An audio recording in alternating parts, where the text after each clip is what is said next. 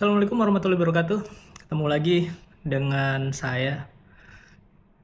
Hari ini sedikit berbeda nih. Saya mencoba untuk nge-review. Kalau pakai kacamata tuh ini ya ada sedikit glare gitu ya. Cuman kalau nggak pakai kacamata nggak kelihatan. Aneh nggak pakai kacamata. Oke, nggak apa deh. Nanti belajar lagi nih gimana caranya bikin video yang baik dan benar. Oke, kembali ke topik ya. Jadi hari ini saya mau mencoba untuk sedikit berbeda yaitu nge-review sepatu. Jadi tapi ya karena saya bukan reviewer, saya hanya pemakai ya apa yang saya rasain aja gitu ya. Terus kalau misalkan dari segi spesifikasi teknis dan lain-lain ya silakan aja deh. Searching di Google banyak, para influencer, para YouTuber juga udah selesai nge-review semua. Ini hanya dari sudut pandang saya. Jadi hari ini saya mau mencoba mereview sepatu daily trainer saya yang udah lama banget saya pakai dan penggantinya, jadi substitute-nya. Saya mau nge-review ya mungkin udah pada tahu semua ya, yaitu Adizero Evo SL. Jadi sepatu ini udah saya pakai kurang lebih itu sekitar 510 tadi saya cek, 510 km. Jadi untuk berlari dan ya sudah mulai terkikis-kikis ya. Kesannya Adizero Evo SL ini menurut saya memang game changer banget. Jadi kalau misalkan dulu itu sebelum ada Adizero Evo SL ini, daily trainer saya itu menggunakan Adidas Boston 12. Jadi disclaimer dulu ya.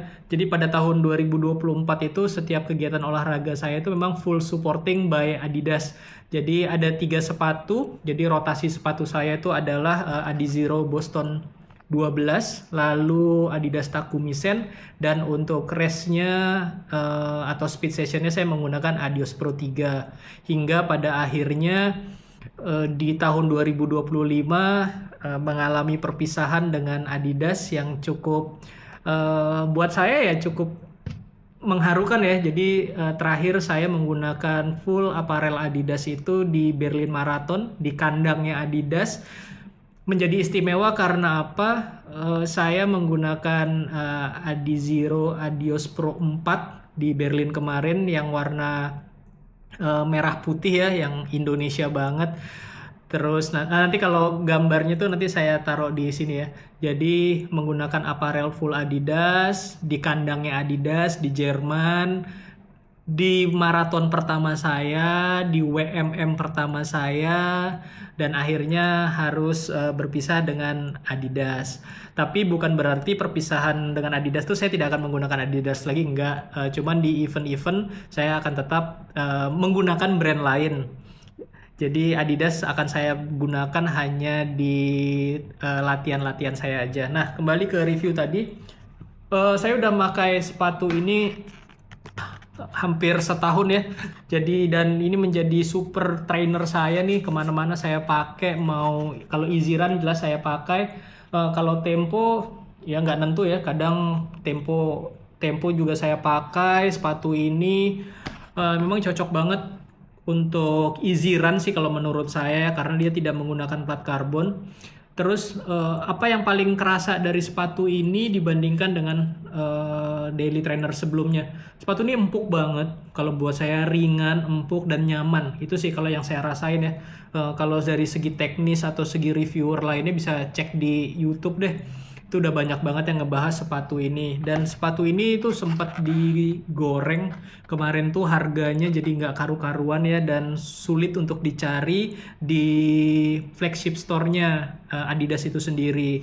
Jadi sudah banyaknya malah dijual di reseller ya, bilangnya reseller, bukan di toko retailnya. Tapi sekarang udah mulai banyak kok, dan warnanya juga beragam banget. Emang shout out to Adidas ya, kalau ngeluarin sepatu yang warnanya tuh banyak banget pilihan range warnanya. Oke, jadi terima kasih banget nih Adizero Evo SL ini sudah menemani latihan saya di baik itu pace besar, pace kecil itu juga tetap menemani saya. Terus kalau ditanya apakah sepatu ini nggak bisa dipakai di pace 4 atau sepatu ini nggak bisa dipakai ngebut, sebenarnya bisa-bisa aja. Saya juga 10K pace 4 gitu. Nggak tahu ya kalau pace 4 itu ngebut atau enggak ya. Kalau buat saya sih ngebut ya, tapi kalau buat para atlet ya itu pace yang biasa lah. Jadi sepatu ini sebenarnya bisa-bisa aja memang, tapi tidak seresponsif kalau kita menggunakan sepatu-sepatu plat karbon. Tapi untuk kenyamanan menurut saya ya Adidas Adizero Evo SL ini nyaman ya. Dan ini sebuah terobosan sih dari Adidas untuk membantu kita para pelari rekreasional untuk dapat berlari dengan baik. Dan ini memang cocok sih kalau menurut saya, sepatu ini cocok untuk pelari pemula seperti saya ini untuk mengarungi jalanan. Harganya saya waktu itu beli itu sekitar 2,8 ya sepatu ini, tapi harga retail itu saya nggak tahu nih retailnya itu berapa sih, sekitar 2,5 jutaan ya, 2,5 sampai 2,6 deh. Cuman memang waktu goib kemarin sepatu ini ada yang jual sampai harga 3 juta lebih. Oke, nah berhubung sepatu ini kilometernya udah tinggi banget ya kan, tuh kayak misalkan solnya di bawah tuh sudah mulai terkikis dan lain-lain. Saya merasa memang sepatu ini tuh sudah mulai kehilangan responsifnya.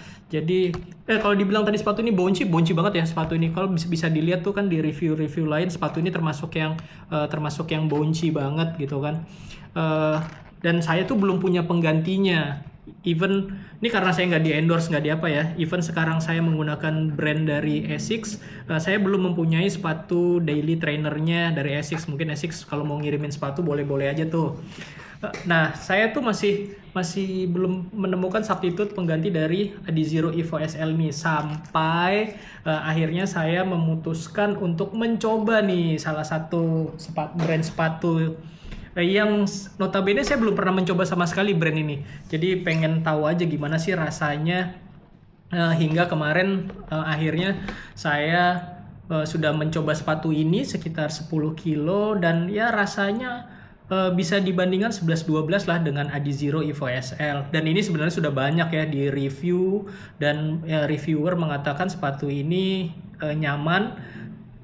Bisa dibandingkan dengan kalau dibandingkan ya kembali persepsi orang ya bagaimana rasanya ya. Cuman kalau menurut saya sepatu ini menurut saya sepatu ini lebih responsif daripada Adizero Evo SL sendiri. Mungkin ada yang bisa nebak sepatu apa? Bukan Asics, tapi ini adalah sepatu dari New Balance.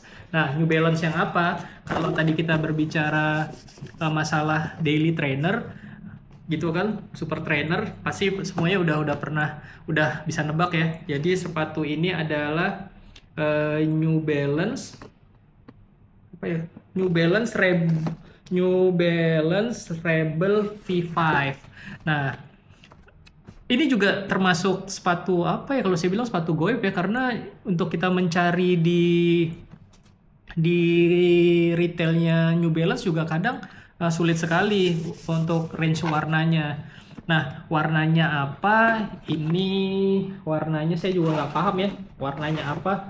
Tapi warnanya adalah, nah seperti ini, nggak tahu ya kelihatan apa enggak nih di ini. Jadi warnanya ini kalau menurut saya itu seperti kayak apa ya, abu-abu tapi ada coklatnya sedikit. Saya kalau kodenya nih saya nggak tahu nih kodenya apa ya. Kodenya di sini sih tulisannya Men Homes Moyen, tapi nggak tahu nih. Nanti mungkin bisa dicek ya teman-teman ya terkait dengan sepatu ini. Jadi sepatu ini juga adalah sepatu daily trainernya ya, yang dikeluarin sama New Balance. Kenapa saya pilih ini? Satu, karena yang jelas sepatu ini tidak menggunakan plat karbon. Sepatu ini tidak menggunakan plat karbon. Jadi ini bisa dibandingkan dengan Evo SL lah. Kalau dibilang keunggulannya apa, spesifikasinya apa, seperti yang saya bilang tadi ya. Tadi udah ada banyak reviewer lah yang ngetesnya. Saya nggak tahu nih beratnya berapa, tapi menurut saya cukup ringan. Mungkin 11-12 aja sih sama Evo SL. Oh enggak, kayaknya lebih ringan Evo SL sih. Tapi ya atau kita coba timbang nanti berapa. Tapi kalau menurut saya sih kayaknya lebih ringan Evo SL ya. Jadi ringan, dan kemarin saya sudah nyoba di 10K itu nyaman, cukup nyaman. New Balance ini dia tuh midsole-nya itu apa ya? Midsole sama ini dari New Balance Fuel Cell. Nah, saya belum pernah nyoba, baru kali ini juga menggunakan New Balance. Terus uppernya breathable, masih kelihatan kalau kita giniin tuh upper itu masih kelihatan ya, tangan-tangan saya tuh di dalamnya. Jadi kemarin bernafas dengan baik, apalagi kita tahu Samarinda yang begitu panasnya. Itu masih cukup nyaman ya untuk digunakan daily trainer. Terus yang saya rasakan juga harga nih, kalau harga sih sama sih 11-12 ya, kemarin itu harga sepatu ini sekitar 2,4, jadi masih ada di range-nya Adizero Evo SL yang tidak digoreng tentunya. Terus catatannya memang kalau menurut saya sih New Balance ini cocoknya memang untuk apa ya, easy run kali ya. Kalau kemarin saya coba di pace 5 itu masih oke, tapi kalau di pace 4 memang ya sama kayak Evo SL, dia kurang responsif.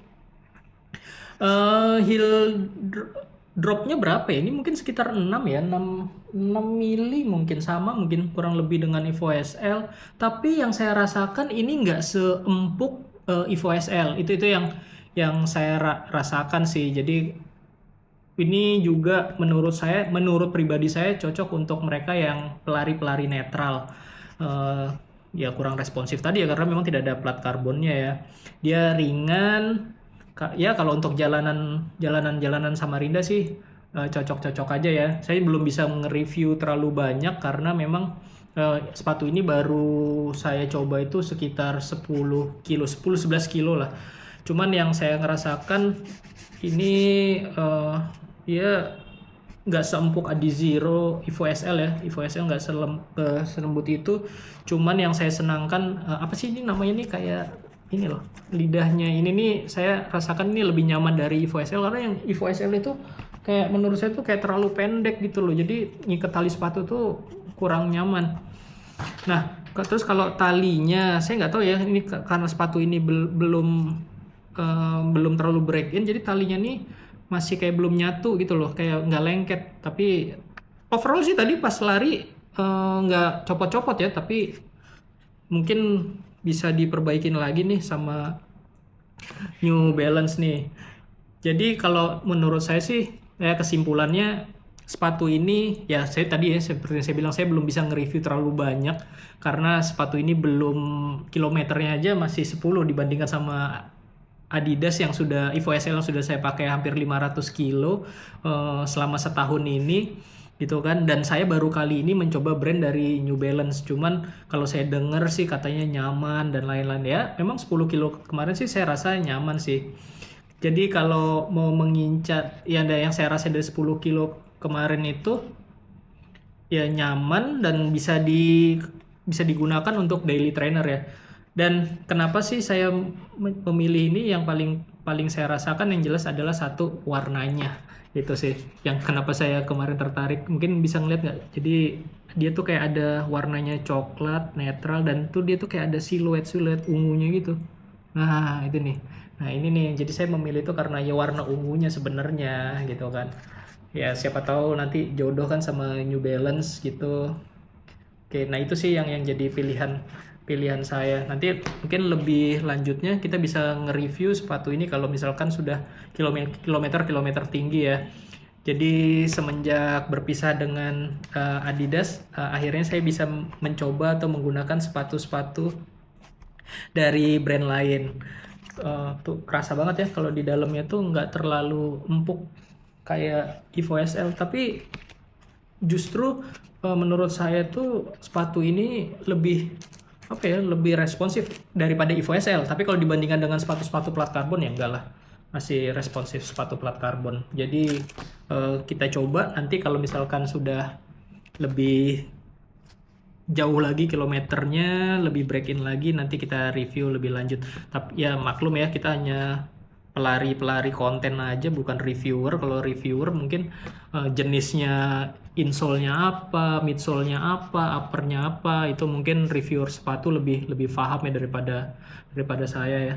Cuman saya tertarik dengan warnanya aja yang netral dan warna ungunya ini, sehingga dan hingga saat ini seperti yang saya bilang tadi, saya belum mendapatkan substitute pengganti dari si Evo SL itu sendiri untuk daily trainer, karena Asics sampai sekarang sih belum mencoba ya. Nanti mungkin kita bisa mencoba apa ya sekarang itu Nova Blast ya, Nova Blast atau Mega Blast gitu. Nah, mungkin kita mencoba itu, tapi karena desain dan warnanya yang menarik, akhirnya saya memilih New Balance Rebel V5 ini untuk daily trainer saya pengganti si Evo SL. Mungkin itu yang bisa saya review singkat pada saat ini. Lebih kurangnya mohon maaf, nanti kita coba di track di lapangan. Oke, terima kasih.